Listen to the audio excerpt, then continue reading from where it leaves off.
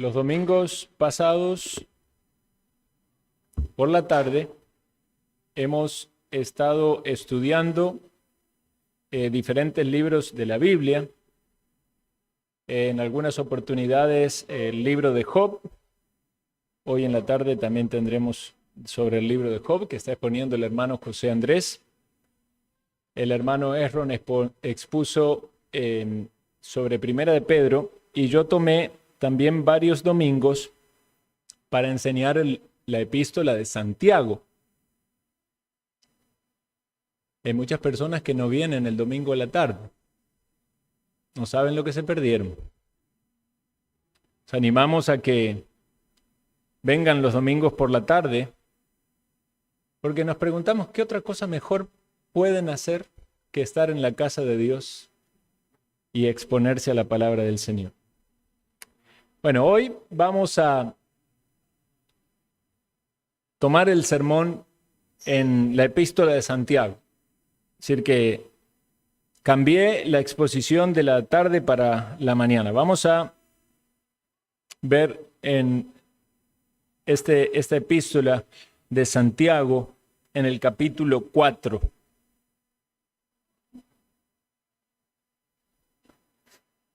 Pero antes de leer, quisiera hacer una oración, pedirle al Señor que bendiga esta exposición de la palabra. Amado Señor, gracias te damos porque estamos aquí reunidos y disponemos nuestros corazones para leer tu palabra y meditarla, exponernos al testimonio de tu verdad. Confiando, Señor, de que tú eres poderoso para aplicarla a nuestras vidas, para moldearnos, para llamar, Señor, a los tuyos, al arrepentimiento y a la fe, a venir a Cristo, para edificar a tu pueblo, confrontarnos, Señor, en todos los cambios que son necesarios. Y pedimos, Señor, que podamos gozarnos en este tiempo, que tú obres librándonos, Señor, de toda distracción, todo impedimento, toda obra del enemigo, que no quiera, Señor, que tu palabra sea sembrada, pero confiamos que tú eres poderoso y tu palabra, Señor, va a traer su fruto.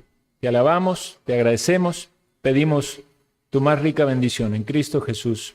Amén. Ustedes saben que el mundo está lleno de guerras. Todo el tiempo sabemos de que hay guerras. Algunas veces estas guerras son más notorias o más grandes. La última guerra que ha invadido los informativos o las noticias ha sido la guerra de Ucrania o Rusia y Ucrania.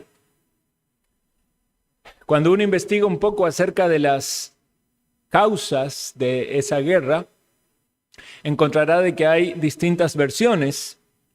Algunos dicen que Rusia invadió a Ucrania por su anhelo de poder, de dominio, de imperio y querer tener más territorio y volver a formar las repúblicas socialistas soviéticas. Del otro lado, los rusos dicen que las fuerzas de la OTAN y todo Occidente se acercaba cada vez más a sus fronteras, generando un riesgo y un peligro para su nación, por lo tanto fue un acto de defensa. Cada uno va a querer hacer ver el problema en su contraparte y de ese modo justificar todas sus acciones como si fueran correctas. Posiblemente usted tenga su opinión respecto de esa guerra. Yo no me voy a meter en ese terreno ni generar el debate, pero sí voy a tomar esa ilustración para aplicarla de alguna manera a lo que nuestro texto dice y vamos a leer a continuación. Santiago capítulo 4, versículos 1 al 10. Este texto nos va a hablar de guerras, no guerras entre países, sino guerras que tienen que ver con problemas interpersonales. Dice así la palabra del Señor. ¿De dónde vienen las guerras y los pleitos entre vosotros? ¿No es de vuestras pasiones las cuales combaten en vuestros miembros? ¿Codiciáis y no tenéis? ¿Matáis y ardéis de envidia y no podéis alcanzar? ¿Combatís y lucháis, pero no tenéis lo que deseáis porque no pedís?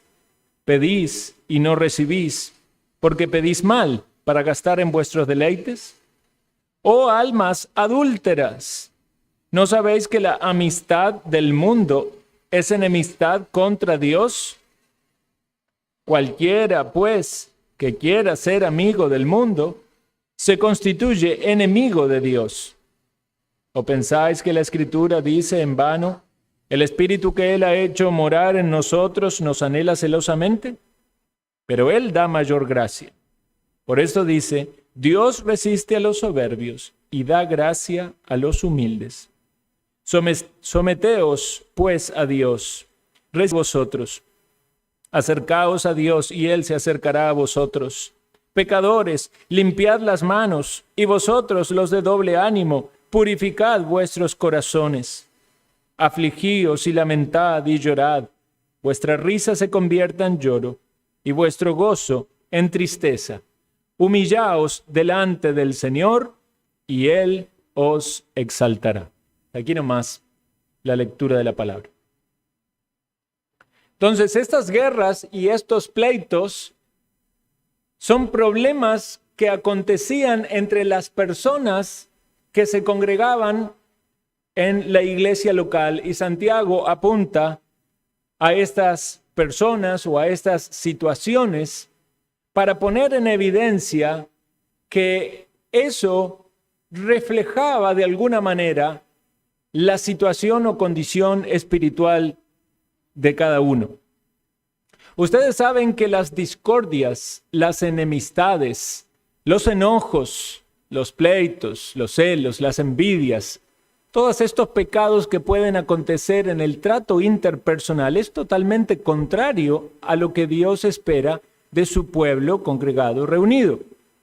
Cuando el Señor dijo, tengo un mandamiento nuevo que darle, ese mandamiento consistía en amarse unos a otros, aunque ese mandamiento en realidad no era nuevo, porque ya antes tenían el mandamiento de amar al prójimo, pero el Señor levanta el listón y dice, deben amarse unos a otros como yo os he amado. Es decir, que el amor de Cristo es un amor sacrificial, un amor dispuesto a entregarse por sus hermanos, como Él lo hizo. Cuando Jesús les habla del nuevo mandamiento y de la iglesia, deja en claro de que debían ser uno. Esa fue la oración de Cristo y fue claramente respondida, como dijimos en la mañana en la escuela dominical. Pero aunque hay una unidad de la Iglesia Universal, también debe haber una unidad de cada congregación reunida. Eso es lo que Dios espera de cada iglesia local. Tenían que estar unidos y también tenían que estar unánimes, no solo en un mismo lugar, sino también en un mismo sentir. Y tenían que trabajar juntos por la labor del reino, por compartir las buenas nuevas. Por eso también el apóstol Pablo utiliza este concepto de unidad cuando le dice combatiendo unánimes en un mismo espíritu, y se refiere a la evangelización. Entonces debemos saber algo, hermanos. La mayoría de las veces que en una iglesia local hay problemas de relaciones entre personas, es porque hay allí incrédulos que están sembrando cizañas. Hay falsos creyentes. Esto pudiera darse incluso en algunas iglesias que han sido incorporados falsos creyentes a la membresía. O entre los asistentes de una iglesia que no quieren comprometerse, pero de algún modo están allí y están también contaminando con sus palabras, con sus acciones, con sus manera de tratar a otros. Para Pablo no era extraño que cuando habla a la iglesia en Corinto que había muchas divisiones, no era extraño que hubiese allí incrédulos. De hecho, al finalizar la segunda carta de Corintios, le dice, examinaos a vosotros mismos si estáis en la fe. Probaos a vosotros mismos. ¿O no os conocéis a vosotros mismos que Jesucristo está en vosotros, a menos que estéis reprobados. Es decir, que Pablo los lleva a examinarse porque era muy probable que entre ellos que se examinaban, habían algunos que llegaran al entendimiento de que no habían realmente procedido a la conversión, al arrepentimiento y a la fe en Cristo. Estaban en la iglesia, pero no eran verdaderos creyentes. Asistían a los cultos, escuchaban la palabra, ocupaban una de esas bancas, pero no eran creyentes. Por eso esa iglesia tenía tanto desorden, por eso había pleitos, por eso había celos, por eso había contiendas. Entonces la pregunta del versículo 1 lleva al lector a la reflexión y son dos preguntas. La segunda pregunta incluye la respuesta. Podríamos leerlo así. ¿De dónde vienen las guerras y los pleitos entre vosotros? Vienen de vuestras pasiones, las cuales combaten en vuestros miembros. Con gran sabiduría, Santiago, obviamente la inspiración del Espíritu Santo, lo coloca allí en forma de preguntas, pero deja allí la enseñanza. Entonces habla de esas pasiones, tienen que ver con deseos mundanos, pecaminosos. Santiago habló antes de la concupiscencia, esos deseos pecaminosos que llevan a la persona a pecado y a más pecado, no solo deseos, sino también de pensamiento, de acción, de palabra, deseos malvados. Estas pasiones aparecen en la Biblia relacionadas incluso con falsos maestros, ¿verdad? Con esas motivaciones y esos deseos ocultos. Dice que esas pasiones combaten entre vuestros miembros. Y no confundamos aquí la palabra miembros con lo que hablamos en la mañana. No tiene que ver con los miembros de la iglesia local, sino se refiere a los miembros del cuerpo como una figura del cuerpo físico. O sea, la Escritura utiliza el cuadro o la figura del cuerpo humano muchas veces para referirse a esa naturaleza humana caída en la cual opera el pecado, obra el pecado, o a la lucha que tiene el creyente en su cuerpo de carne.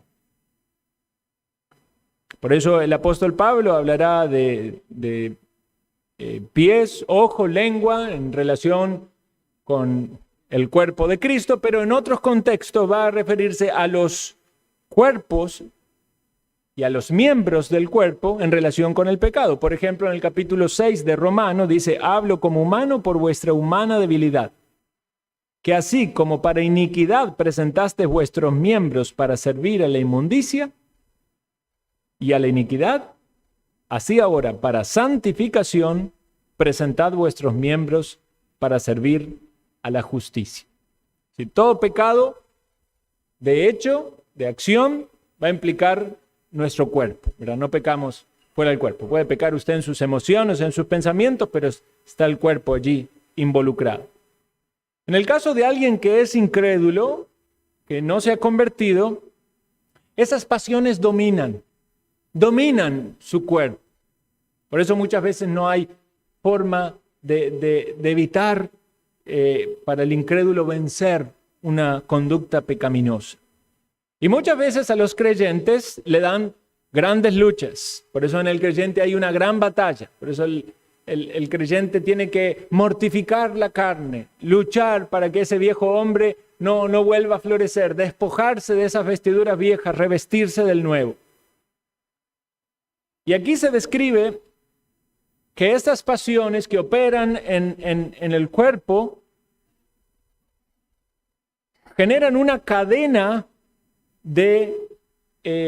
podemos decir, cadena de emociones, cadenas de pecados.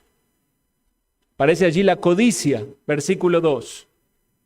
Y en la codicia, en esa pasión y en ese deseo de tener, el peor tormento es no tener. Dice, codiciáis y no tenéis. Habla del homicidio, dice que matan. Y entendemos que no era que se estaban matando con espadas, entendemos que era algo del corazón, el odio, la amargura, el resentimiento. Por eso Jesús dijo, cualquiera que le diga a su hermano fatuo, necio, ¿verdad?, es homicida. lo ha matado en su corazón, o el que ejerce algún tipo de violencia. La envidia también, que carcome los huesos. Como si Santiago estuviera sacando una radiografía espiritual de las pasiones que hay en los incrédulos, y cuando la mira en la luz esa blanca que tienen o a trasluz, ahí ven todas las manchas de esos pecados. Y está describiendo lo que pasaba allí. Había conflictos, había problemas interpersonales, había celos, había envidias, salía a la luz esas pasiones. En el medio de todo eso, podía ser que alguien quisiera revestirlo con un manto de piedad, porque estaban en la iglesia, porque querían adorar a Dios. Ya hablamos de varios problemas que había en esta iglesia. Había problemas con la lengua, había problemas con la acepción de personas, había problemas de discriminación o favoritismo entre ellos. En el medio de todo ello podía haber prácticas piadosas como la oración. Pero dice el versículo 3, pedís y no recibís, porque pedís mal. Piensa entonces, ¿cómo son sus oraciones? ¿Cómo son nuestras oraciones? ¿Son oraciones incorrectas? ¿Pedimos mal? ¿Pedimos solo para nuestras propias, nuestros deseos, nuestros deleites? ¿Son esos deleites o deseos cosas que honran a Dios o están centrados en nosotros mismos? Es posible que en medio de esta iglesia hubiera muchos roces y estos deseos personales que operaban en cada corazón chocaran con los de los otros. Y entonces ahí se producían los problemas, deseos egoístas, quizás algunos de poder, algunos de autoridad, algunos de influencia, algunos quizás de reconocimiento. Recuerden cómo se hablaba de aquellos que eran reconocidos, que tenían los lugares especiales, cómo separaban a los otros. En medio de toda esta descripción, de esta radiografía espiritual, viene el diagnóstico. Y dice, versículo 4, oh almas adúlteras. Esto es una sentencia muy fuerte. El adulterio espiritual, que como vimos el domingo pasado en el mensaje de Jeremías, constantemente los profetas acusaron a Israel de el adulterio espiritual. Los judíos entendían muy bien qué era lo que esto significaba. Era no estar adorando al verdadero Dios, era estar siendo infiel espiritualmente. La nación de Israel, en tiempo previo al castigo de Dios, al ser llevados al cautiverio, habían adulterado con otros dioses, habían fornicado. En medio de todo eso había tensiones, había roces, había envidia, había pleitos, había celos. Jesús también lo dijo en su tiempo, generación mala y adúltera que demanda señal. ¿Y a quién apuntaba? A los que estaban allí cuestionando su ministerio, buscando cómo provocarlo, buscando sacar algún error a la luz. Fuerte acusación de Santiago. La toma y la aplica a la iglesia allí congregada. Hay adúlteros espirituales aquí. Hay personas que tienen apariencia externa de ser del pueblo de Dios, pero en determinados momentos se pone en evidencia por su conducta y por sus obras que aman más el mundo y su vida cristiana no es más que un ritualismo superficial. No hay un desapego del mundo. Están enlazados con el mundo y eso se pone en evidencia por ese vínculo o esa amistad que tienen con el mundo. Ustedes saben que los amigos comparten intereses. Decía un predicador en tiempo de instituto, de seminario, cuando él veía a dos muchachitos así caminando juntos que de repente no se portaban muy bien, él decía, pájaros del mismo plumaje vuelan juntos. Los amigos comparten intereses. Si hay algunos que andan en cosas malas y están juntos, usted sabe que Eso nos habla de lo que esas personas practican. Si algunos están bien portaditos y tienen amigos, cuando alguien que se porta bien se asocia a alguien que anda mal, posiblemente lo arrastre al mal camino.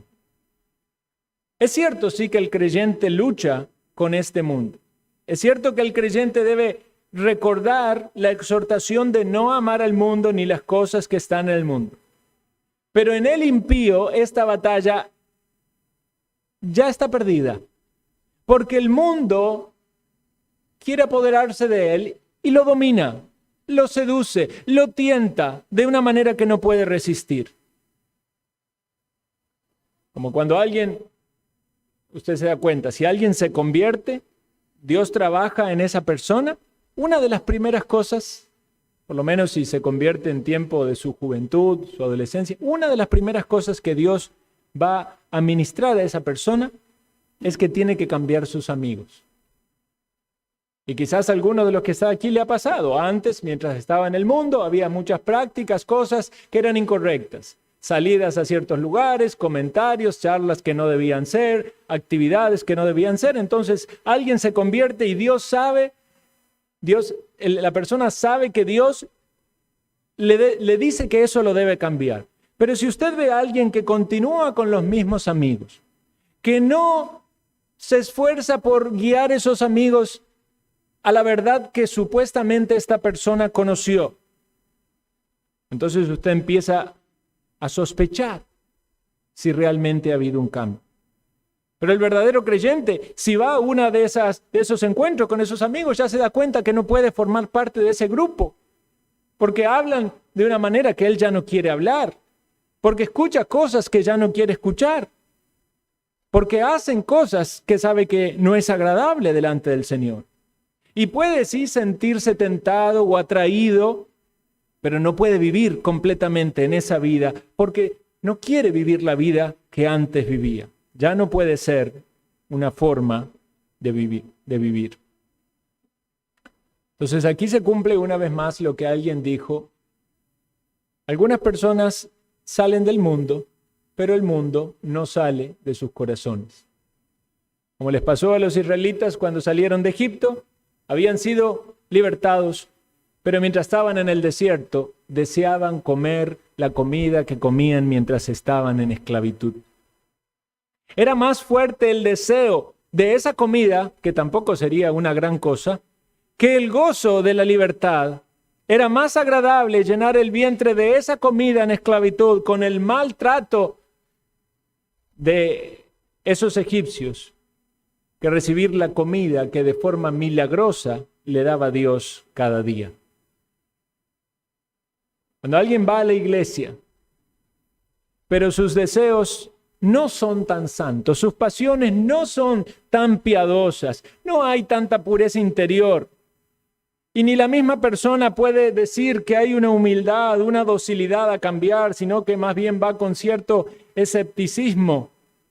Eso es síntoma de que todavía hay en usted amor al mundo. Los del mundo piensan las cosas del mundo, viven para sus pasiones terrenales, intentan justificar todo el tiempo de que eso que quieren hacer, de que eso que quieren pensar, de que eso que quieren practicar, es lícito hacerlo. Hasta con un manto de piedad.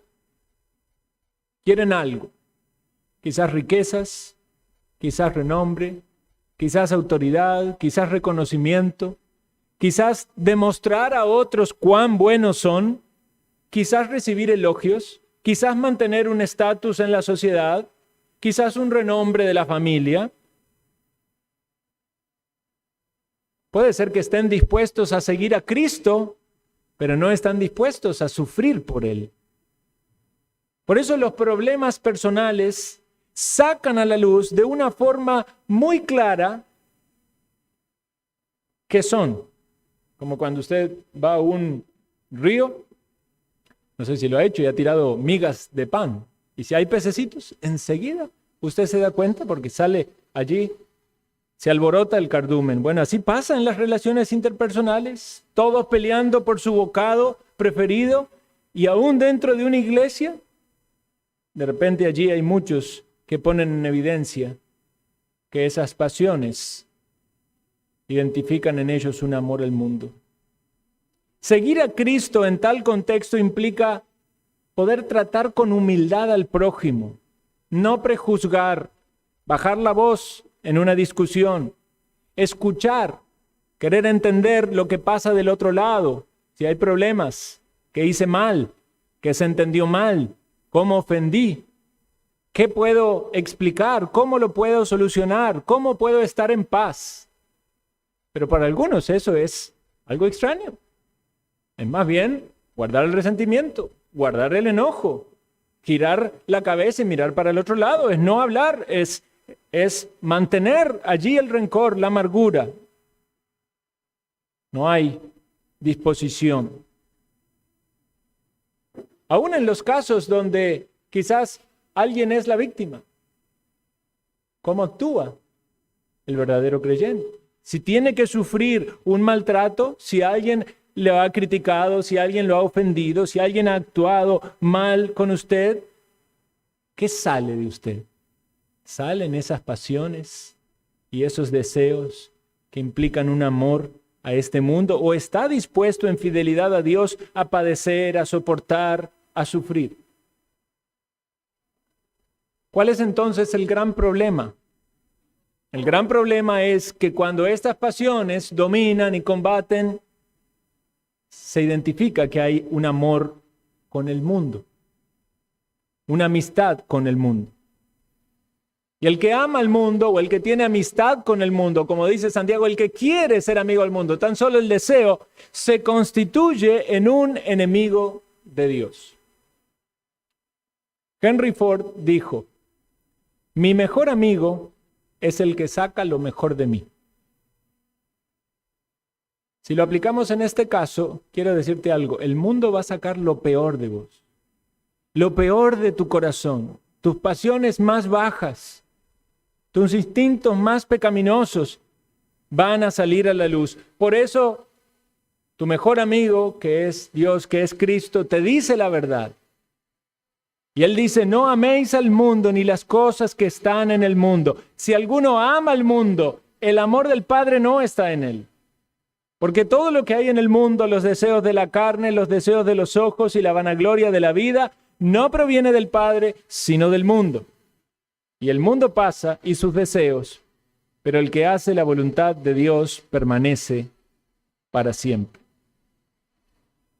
El mundo quiere tentarte, el mundo quiere arrastrarte a ese reino de oscuridad. Elegirlo como amigo al mundo es la peor decisión porque es ponerte en enemistad con Dios.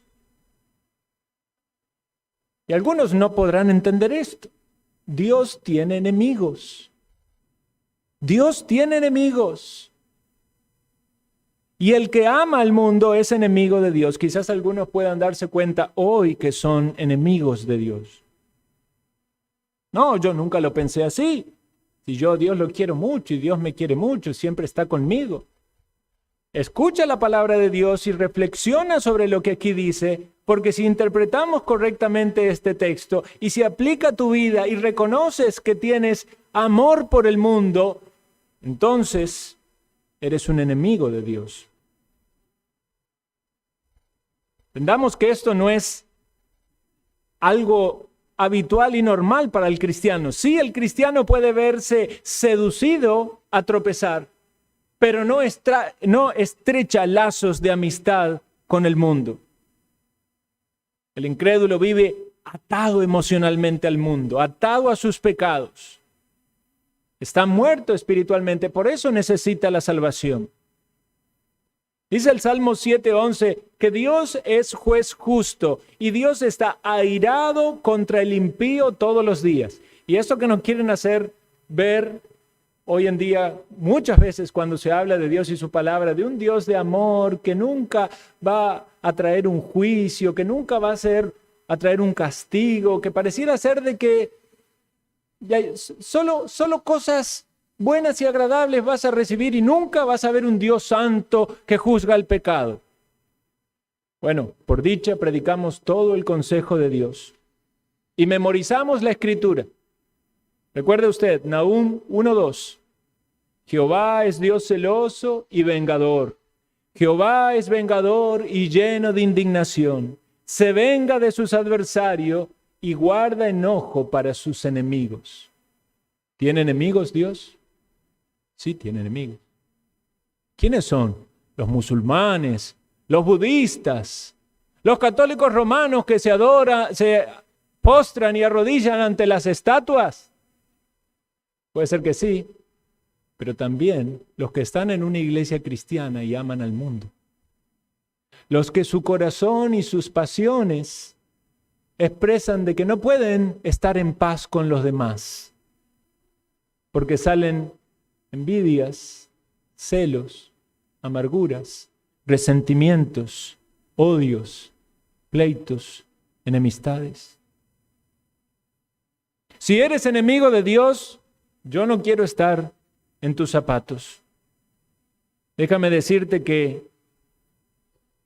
es una situación muy preocupante y debes examinarte correctamente a ti mismo para salir de tal condición. Por eso Jesús dijo, vosotros sois mis amigos si hacéis lo que yo os mando. Y tienes que decir, dime Jesús, ¿qué debo hacer? Porque yo quiero ser tu amigo y no hay término medio. O eres amigo de Cristo y amigo de Dios o eres su enemigo. El versículo 5 ha traído mucho conflicto a los eruditos de los textos porque tiene complicaciones en su gramática e incluso en su escritura. Allí se menciona de que la escritura dice algún texto que en realidad no hace referencia a algún texto. No encontramos un texto en la escritura, pero entendemos que hay un concepto general que está involucrado en las escrituras y Santiago hace referencia a él. También sabemos que en el original no aparecían las mayúsculas y las minúsculas como nosotros las tenemos hoy. Entonces es posible también que esta palabra espíritu se escribiera sin la mayúscula. Porque cuando queremos entender ese texto como que se refiere al Espíritu de Dios, suele haber problemas con el contexto en pensar cómo el Espíritu de Dios nos provoca o nos anhela celosamente en ese sentido de llevarnos a esas pasiones. Otros estudiosos indican más bien que eso es una referencia al espíritu del hombre que despierta estas pasiones que son pecaminosas, que nos quiere para el mal, para eso mismo, ¿verdad? Que domina a los que no son de Cristo. Ustedes saben que el ser humano es bipartito, o sea, tiene dos partes, una parte material y una parte inmaterial. Y Dios ha colocado en cada ser humano la parte inmaterial. Dios no solo nos dio un cuerpo, sino también un espíritu. Lo leemos en el catecismo infantil de los niños. ¿Tienes tú un cuerpo y un espíritu? Y los niños dicen, sí, Dios me ha dado un cuerpo y un espíritu que nunca morirá. Bueno, todos tienen un cuerpo y un espíritu. Cuando alguien se convierte y viene a la fe en Cristo, Dios le da el Espíritu Santo. Esa persona tiene la habitación de Dios en su ser y obviamente el Espíritu Santo va a obrar en él el fruto espiritual que es la vida de Cristo aplicada al creyente. Pero aquel que está sin el Espíritu de Dios está muerto en delitos y pecados y busca satisfacer constantemente sus deseos carnales.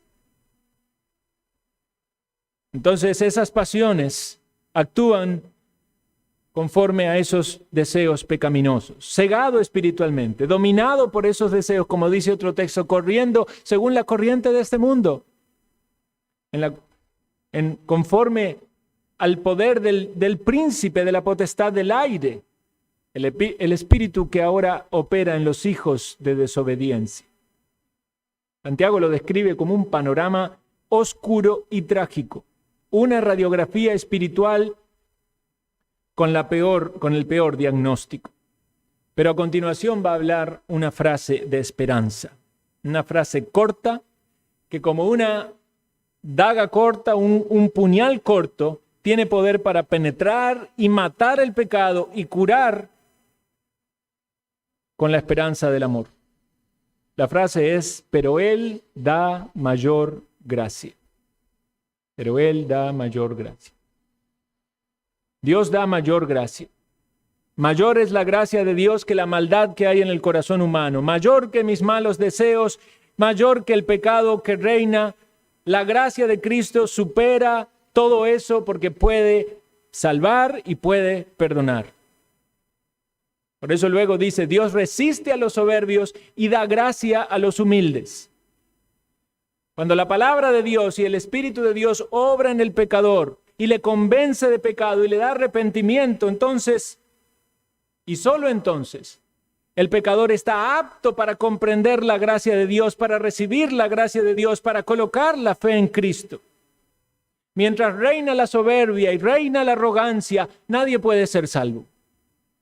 Quizá usted puede estar sentado con cara de santo, pero si en su corazón la soberbia dice, esta es mi vida y es lo que yo quiero y es como yo quiero, entonces no puede ser salvo. Necesita la obra del Espíritu de Dios, que le convenza de ese pecado, que le dé esa convicción y esa tristeza, ese arrepentimiento, para poder ir a Cristo. Porque Dios resiste a los soberbios, pero da gracia a los humildes. No estamos hablando de que alguien puede hacerse humilde a sí mismo. Estamos hablando de que el pecador tiene que arrepentirse de su soberbia. Y en la gracia que Dios le concede va a haber una humildad para poder comprender la verdad de cómo Dios obra y cómo salva. Por eso dice aquí el versículo 7. Someteos pues a Dios y resistid al diablo. Someteos pues a Dios. Cuando alguien está viviendo para sí mismo, no quiere someterse a Dios. Pero aquellos que obedecen al Evangelio están no solo reconociendo que Jesús es el Salvador, en el cual deben descansar para el perdón de sus pecados, sino también que Él es el Señor. Y a Él le deben seguir y conforme a su enseñanza deben vivir. De esta manera el impío va a resistir al diablo cuando cree en el Señor Jesucristo y cuando se somete a la enseñanza de la palabra de Dios. Pero también esto es una aplicación para aquel que es creyente.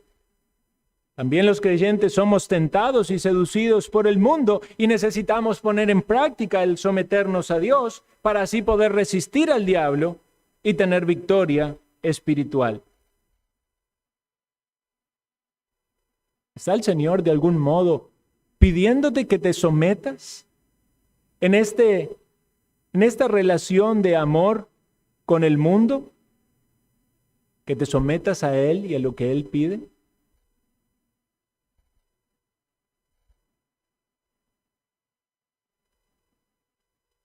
Cuando la gracia de Dios obra en una persona, el cambio es innegable. El que no quería perdonar, perdonará, porque se sabe perdonado. El que envidiaba ya no tendrá ese problema en que otro prospere, porque se alegrará de que otro prospera. Tampoco querrá tener aquello que Dios no le dio, porque sabe que Dios vela por sus necesidades, y si Dios no le da algo, confía en que Dios quiere lo mejor para sí mismo. El que guardaba resentimiento pensará con misericordia y tratará a su prójimo como si nunca le hubiera ofendido, porque sabe que Dios no se acuerda de sus pecados y no los trae a la luz en cada oración o en cada relación. Del mismo modo, tratará a su prójimo con perdón. Y si alguien fue el que ofendió, no pondrá reparos en humillarse, en acercarse, en pedir perdón, porque Dios le dará convicción de su mal trato, de su ira, de su enojo. Todas estas cosas pueden poner en evidencia cuando alguien viene a la salvación. Sus relaciones interpersonales cambian. Y si usted es salvo, piense si no ha sido así. ¿No ha cambiado Dios la forma en la que usted trata a los otros?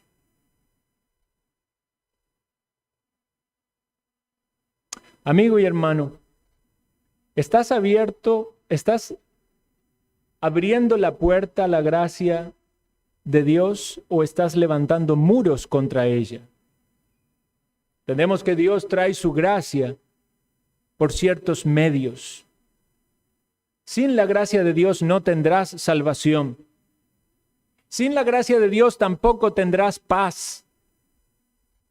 Por eso Dios quiere exponerte a su palabra, hacerte considerar seriamente el mensaje, que reflexiones, que analices tu vida, para que puedas ver cuánto le necesitas y le busques.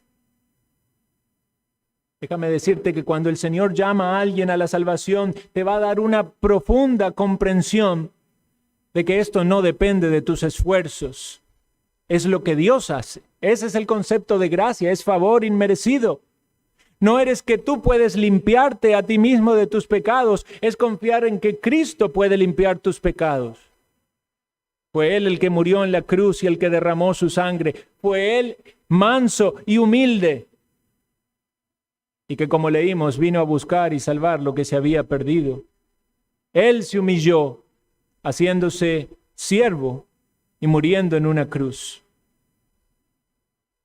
Dice la Escritura que la gracia de Dios se ha manifestado para salvación a todos los hombres, enseñándonos que renunciando a la impiedad y a los deseos mundanos, vivamos en este siglo sobria, justa y piadosamente. ¿Qué pasa entonces si alguien que dice ser cristiano vive con deseos mundanos?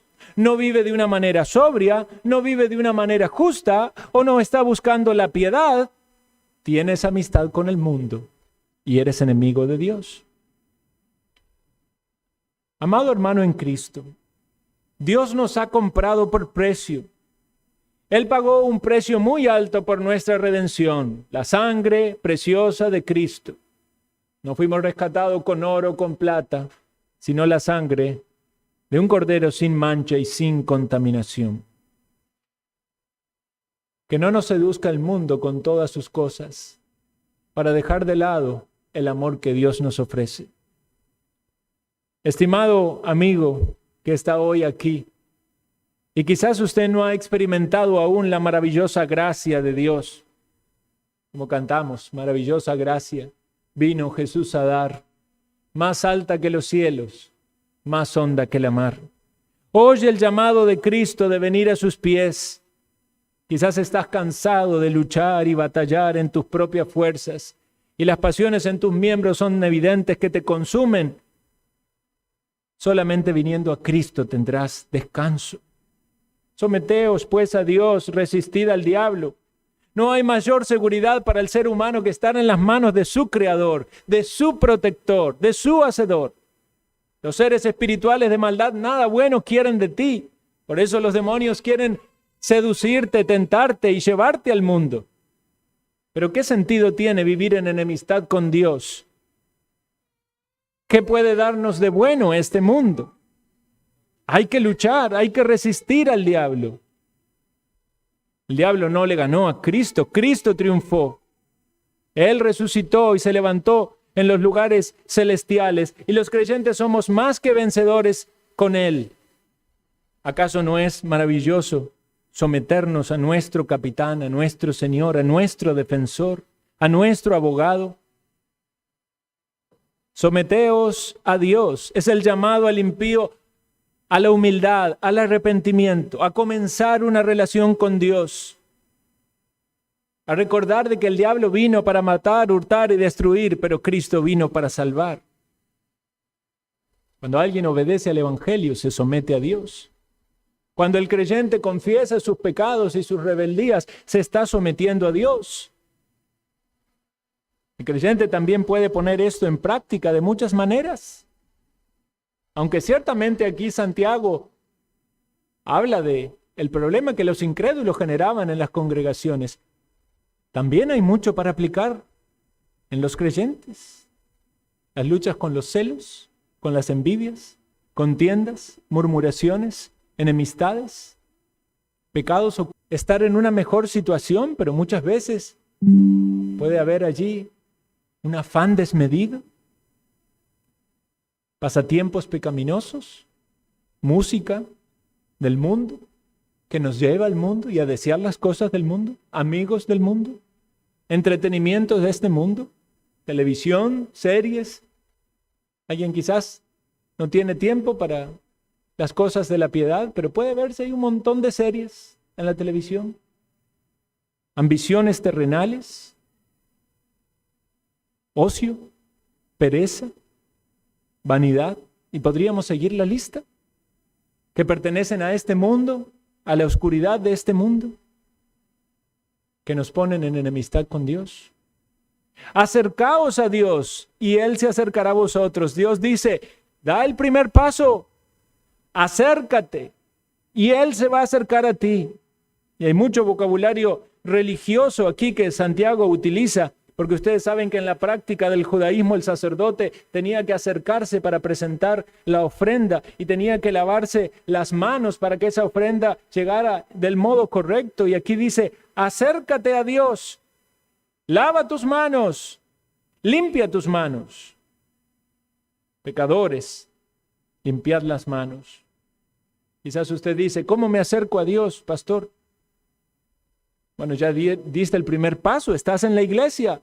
El que se acerca a la iglesia para escuchar la palabra se quiere acercar a Dios. También debes orar, debes hablar con Dios.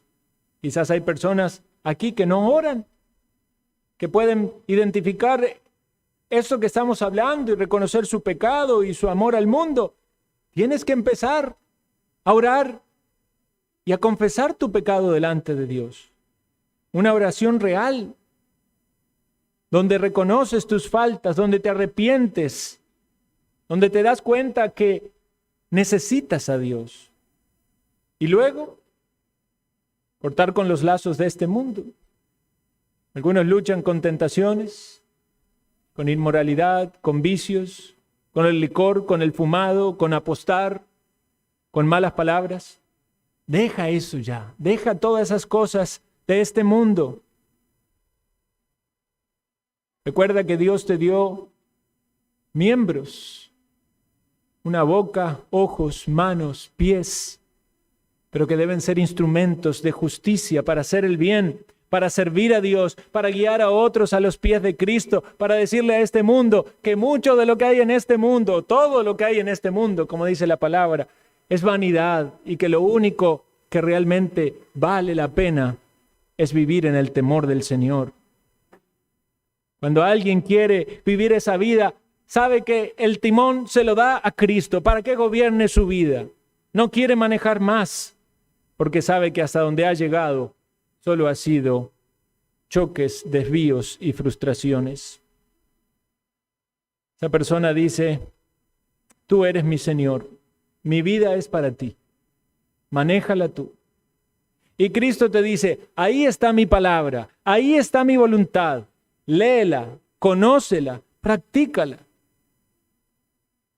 Pecadores, limpiad las manos. ¿Cómo están tus manos? Cristo quiere limpiarte. Cuando aquella persona que estaba en necesidad le dijo el Señor a él, ¿qué quieres que te haga? Pensemos que ese milagro puede repetirse. Quizás no un milagro en tu salud física, pero sí en tu alma. ¿Qué quieres que te haga? Si tu respuesta es, quiero que me limpies, quiero que limpies mis manos de pecado, quiero que limpies mi corazón, porque dice Santiago, los de doble ánimo, purificad vuestros corazones. Límpiame, Señor, no solo externamente, límpiame internamente. Ayúdame a entender el poder purificador de tu palabra y la obra maravillosa de Cristo en la cruz. Estos de doble ánimo, ¿sabe quiénes son? Son personas que están con una mente dividida, con una voluntad dividida. Puede ser que quieran seguir a Cristo y vienen a la iglesia y están animados y hasta dicen que quieren ser miembros, pero después el mundo los tienta y se van al mundo y quieren disfrutar de las cosas del mundo, de los amigos del mundo, de los placeres del mundo. Después le carga la conciencia y vuelven un poquito a la iglesia. Y algunos viven así, de fin de semana iglesia y el resto de la semana en el mundo. Santiago dice, cuidado, si eres amigo del mundo, No puedes ser amigo de Dios, eres enemigo de Dios. No puedes balancearte entre la impiedad y la hipocresía como que vas a salir a tablas. Es una fuerte exhortación la de Santiago. Cuando dice, vosotros pecadores, humillaos, afligíos, lamentad, llorad. ¿Qué está diciendo Santiago? Arrepiéntanse. Vuestra risa se convierta en lloro y vuestro gozo en tristeza. ¿Sabe lo que está diciendo? Que la risa de este mundo, la risa, ¿verdad?, de esas caras tan felices en la propaganda del cigarrillo, están tan felices y contentos disfrutando del aire libre. Eso se convierte en lloro cuando alguien tiene la convicción de que está pecando contra Dios. La alegría